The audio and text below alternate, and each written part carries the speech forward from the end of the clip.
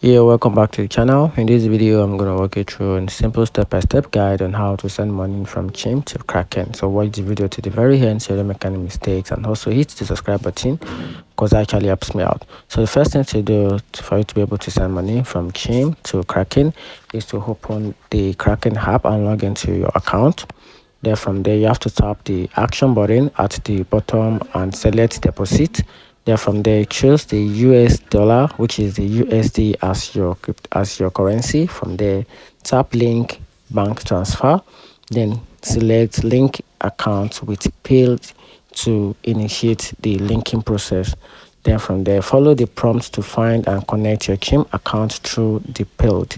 Then once linked, you can initiate deposit from your Chime to Kraken, and that's how you can transfer money or send money from Chime to Kraken. Follow. Thank you, and follow for more.